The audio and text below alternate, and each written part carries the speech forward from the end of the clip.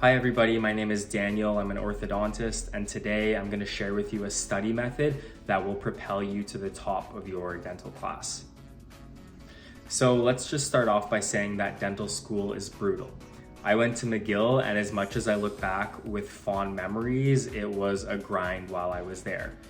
In my opinion, a dental degree is the toughest of all the degrees to obtain because you're juggling an overwhelming number of classes, you're learning hand skills, you're providing hands-on care to your patients, you're acting as your own receptionist, you're boosting your CV at the same time with extracurriculars, with research, and you're trying to stay fit, have a social life, so it's a lot going on all at once.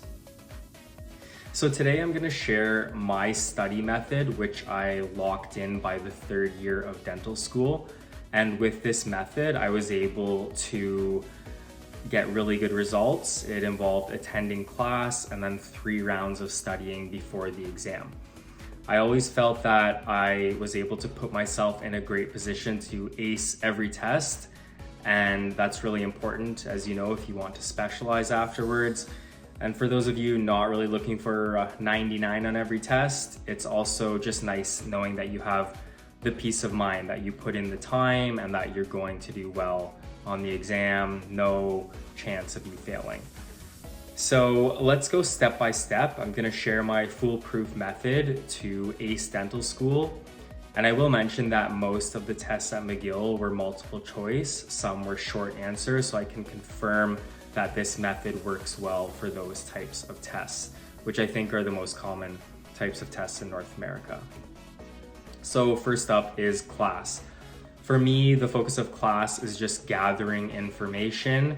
I would try to go in person when I could. If you're gonna view the recordings, I would do it ASAP just so you don't fall behind.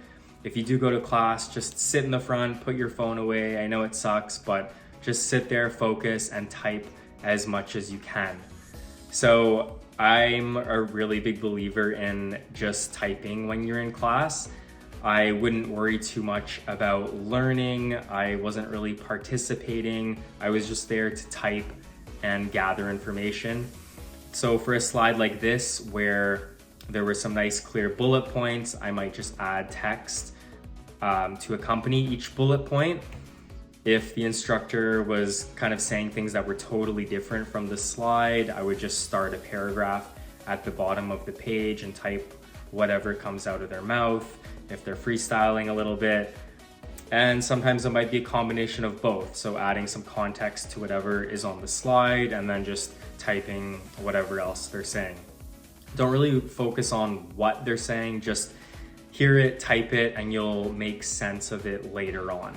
If you were to ask me a question right after class about the class we just had, I would have no idea. I was there to type, that is all. Okay, so the next step is waiting. I call this phase the calm before the storm because if you have a lecture in September and your exam is in November or December, I found it wasn't of any value to review it in September or October. When you look at it the next time, it's going to be like seeing it for the first time anyway. So I would work on other things on your to-do list, things that are more time sensitive, or just chill, work out, see some friends, get on those dating apps, whatever you want to do. But don't worry about this class yet. All right, so now let's get down to business, the first round of studying. In this round, I think it's the most important round. The focus for me was understanding. I would try to do this round 2 to 4 weeks before an exam so that it's closer to the exam date, but also not so close that I'll have to rush through. It usually took me about 2 times as long as the lecture to get through the material. So if it's a 1-hour class, it would take me 2 hours to go through it in this round. Don't worry, it gets faster in the future rounds.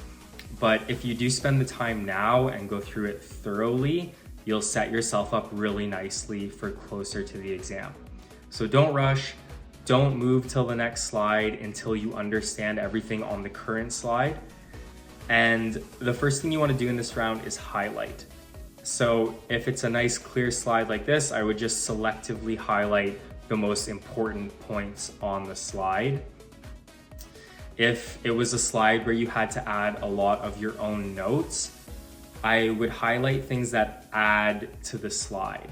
So maybe it's something that should have been written on the slide, or it gives context to what's already on the slide or helps make sense of it. Or maybe it's one of those lectures where they just put up pictures and they're talking out loud. So in that case, I would just type as much as you can when you're in class. And then this round, you're kind of using your brain. What of the information that they said out loud is actually important? So I'm gonna recommend that in the next rounds, you're only gonna read notes that you highlighted. So be selective, ignore things when you can, because you want to be able to go through things quicker the second and third time around. You'll notice on this slide that a lot of things are not highlighted. So that must have meant that it was already said somewhere else, or I was reading it through and I just didn't think it was important, or it was so common sense that I didn't need to spend time reading it again in an upcoming round. Another important part of this round one is something which I like to call memory tricks. This is anything that would help you remember things like lists, numbers, stats, the order that cells arrive, different types of treatments. So the tricks you could use to help memorize these types of things might be rhymes, mnemonics, drawings, tables. And the reason I recommend these memory tricks so strongly is because when you create a memory trick, you're forced to think deeply about it, and it's gonna sink into your long-term memory. So on the slide here, it was talking about forceps for extractions, and I wrote something like 151 is heavier, a bigger number, so it's heavier than 150, so it sinks to the ground like the mandible is lower to the ground. So 151 is for mandible, 150 is for maxilla, and also the 151 is C-shaped like the mandible. So just things like this. Another example, the A in the Ash forceps is like the A for anterior. So I knew that this was a forceps for anterior extractions. The English forceps, I guess, is for premolars. So I put some English flags above the premolars. So when I'm on the exam and I can just close my eyes and picture this image here. Another one, which I still remember to this day, the 23 is the cow horn forceps. 23 makes me think of Michael Jordan, who played on the Bulls, and Bulls have cow horns. So it's silly stuff like this, but it really works. Another example here from radiology, it was talking about type 2 dentin dysplasia. So type 2 thistle tube pulps. Here for cleidocranial dysplasia, I would remember that they were missing the clavicles and they had hypoplastic maxilla. So I used to think to myself that bone disappeared and it moved to the skull, making the skull more brachycephalic. Another one here, what should I treat, or when should I treat or refer a case? I would think BP for bleeding, purulence, probing, and what's that, bone loss. When it was a more dense lecture, so this one was on dental trauma, there were a lot of slides, lots of information. This is the type of lecture where I would try to make a list so I could see everything at once. So I even wrote a note to myself, I guess right after class, maybe make a chart with type of injury, description, diagnosis, treatment. So that's exactly what I did. I spent the time and I made a chart, and I pretty much condensed that whole lecture into one chart right here. It's still hard to memorize, but at least now all the info is in one spot, and it's easy to compare and contrast subluxation versus lateral luxation. So that whole lecture was converted into one slide. Same thing here for odontogenic cysts and tumors. Even to this day, I knew that I had done this for this lecture because I spent so much time doing it that it's just stuck in my head. I don't remember all the details, but I knew that I spent time on it. So I couldn't close my eyes and flip through a full lecture deck. but I could kind of close my eyes and see this chart and remember some of the things that I wrote, and it really helped me during the exam. It took time to do, but I found that it really helped. I'm zooming in here on ameloblastomas, so I would do more little tricks within the chart. For ameloblastoma, the multicystic, I thought that for resection 1 to 1.5 centimeters, it kind of looked like the L and the S in ameloblastoma, the 1 and 1.5. So it's ridiculous stuff like that, but it gets you through a multiple choice test. This is another final example of a memory trick. So this was a lecture on cement retained versus screw retained implants. And I guess I didn't quite understand during the lecture. So I spent the time, I drew the diagrams, and then even to this day, again, I remember the difference because I spent time drawing it. So there must have been no great diagram in the lecture, so I drew it myself to confirm my understanding and then also help with my memorization. And then the final task that you want to do in round 1 is you want to add red boxes around things that you would bet money are going to show up on the exam.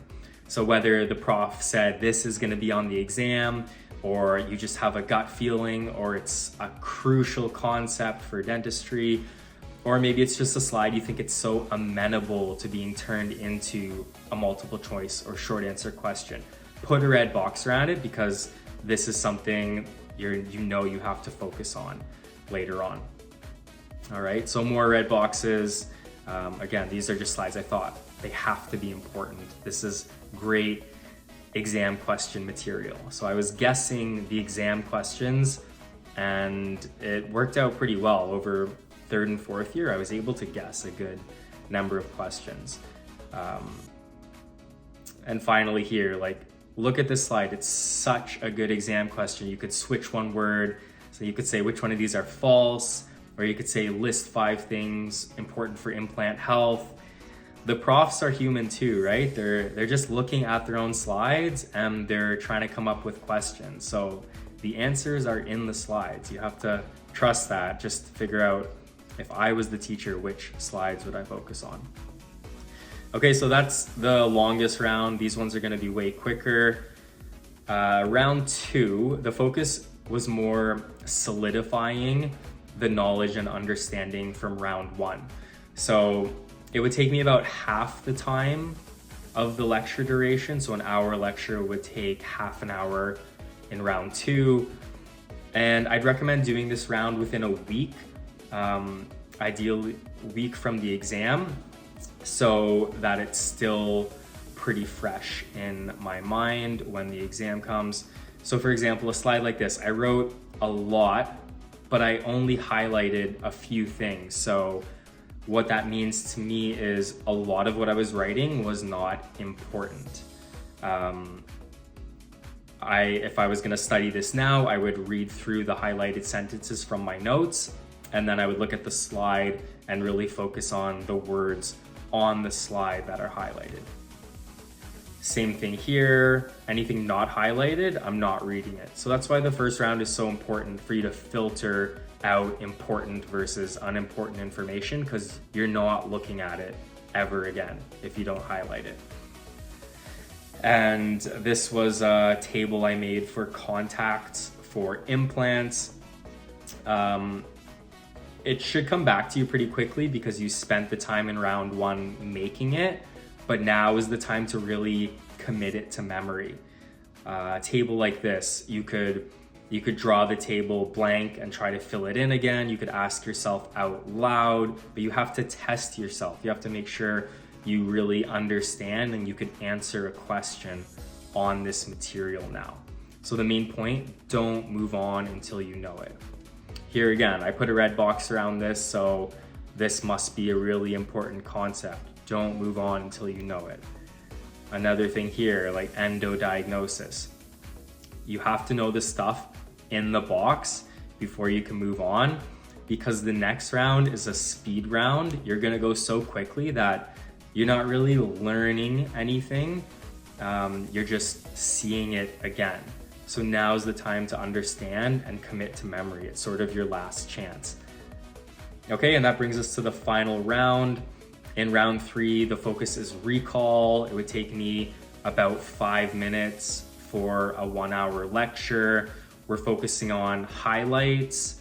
I would try to do this within 2 days of the exam because I wanted it to be right on the tip of my brain, ready to regurgitate it during the exam. So most of the time in round 3, I would skip my own notes. I would focus just on what was on the slides, and even then, just the highlights on the slides, and the red boxes and the memory tricks. Okay, so here, a slide like this, all I'm looking at is the picture and that red box. Everything else is getting ignored. A table like this, I thought it was important, so in round 2, I should have committed it to memory, and in round 3, I should be confirming that I know it. So you're going through the red boxes again. Here, again, like what an easy question for a prof to make. Name 4 things needed for pre-treatment records. It's right there. It's screaming exam question. Again, this is that chart that I mentioned before for the cysts and tumors. So it took time to make the chart and it took time to commit it to memory, but now I know it's there. So you spending the time kind of guarantees your success on the exam. Okay, and then that brings us to exam day. You'll see here, this was that dental trauma lecture. I put dated stickers on the exam each time I finished it. So maybe this exam was June 1st. I did round 1 2 weeks before. I did round 2 3 days before, and then I did the final round within 2 days of the exam. So a test like this, I put in the time, I put in the work, I'm going to get a good mark. Okay, so here's a summary of everything we talked about. As you'll notice, this approach, it does take time and planning. If you're one of those students who can not go to class, look at the slides the night before and still pull off a good mark, like hats off to you. I couldn't do that. I liked going through it slowly. I liked understanding and repetition and knowing that I was gonna do well because I worked hard for it. So as long as I was smart with my time and I could get through 3 rounds, things would go well for me on exam day. Here's a summary of each round. If you wanna take a screenshot of that, go for it. And I just wanna thank you for watching. I hope that this will help some of you out there. I wish I had discovered this method earlier in dental school, but once I did, around the end of 2nd or beginning of 3rd year, everything was smooth sailing after that. So I hope this will help you too. All right, thanks for watching.